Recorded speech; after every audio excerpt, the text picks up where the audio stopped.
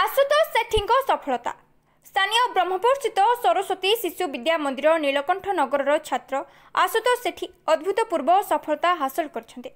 चलित 10म बोर्ड परीक्षा 600 रु 582 नंबर 97 शतकड़ा रखी प्रथम स्थान अधिकार करछन्ते। मो ना आशुतोष सेठी आशा करथिली सेही अनुसार तो मार्क आसीची का एवं एइथि तो मो प्रथम मो पिता माता को धन्यवाद जणाया चाहिबी एवं या सहित आम विद्यालय गुरुजी गुरुमा जो मानकर पाठपढ़ा शैली जोगुरु एवं जो मैंने मोटिवेट करते से कारण मुझे मार्क हासिल कर पारछि। या सहित मो अजाई बापा माँ आशीर्वाद जोगुरु यहाँ हासिल कर पारछि एवं मो दिन को यही परीक्षा पे अति कम 7 घंटा पाठ पढ़ुली।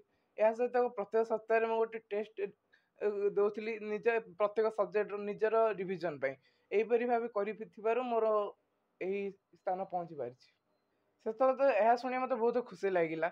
मु भाभी 97% आसीपार मो आशा अनुसार आसी अधिक खुशी थी विद्यालय को जाइली आगु को यहीपरी भाव कृत्य कार्य करी प्लस टू सरीबा पर नीट क्रैक करी मेडिकल लाइन रे आगु बढ़िबार आशा अछि। एही सफलता पाई से तांकर पितामाता गुरुमा गुरुजी को श्रेय देछन्ते।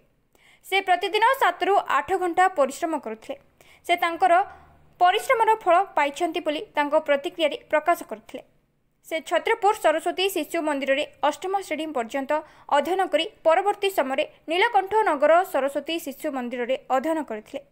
तेणु तांकर एही सफलता पाई छत्रपुर सरस्वती शिशु विद्या मंदिर गुरुमा गुरुजी को मध्य तांको माता धन्यवाद देथिले। एही सफलता पाई तांकर परिवार वर्ग एवं स्थानीय अंचल ज्ञानी गुणी माने उज्जवलमय भविष्यत पाई शुभेच्छा जणाइछन्ते। पुष्पांजलि सेठी निजर परिश्रम भगवान तो प्रथम धन्यवाद देवी गुरुजी गुरुमा प्रथम धन्यवाद देवी ट्यूशन कोचिंग सार धन्यवाद देवी परिश्रम पे सी सफलता पाई घर सब मेम्बर आशीर्वाद हुए ना सी निजे सब कर हाँ बाबांकर भय सब कर 97 सी एग्जाम दे आसला 97% रही सी कहूला 97% अधिक ना कम मन पिला दिन तो सी प्राय सब जार प्राइज आनी पार्टिसिपेट छत्रपुर आम गुरुजी गुरुआन भी धन्यवाद देवी से माने पिला अधिक हाँ हाँ से माने बहुत परिश्रम करी पिला गुरुजी गुरुमा को छत्रपुर धन्यवाद जन।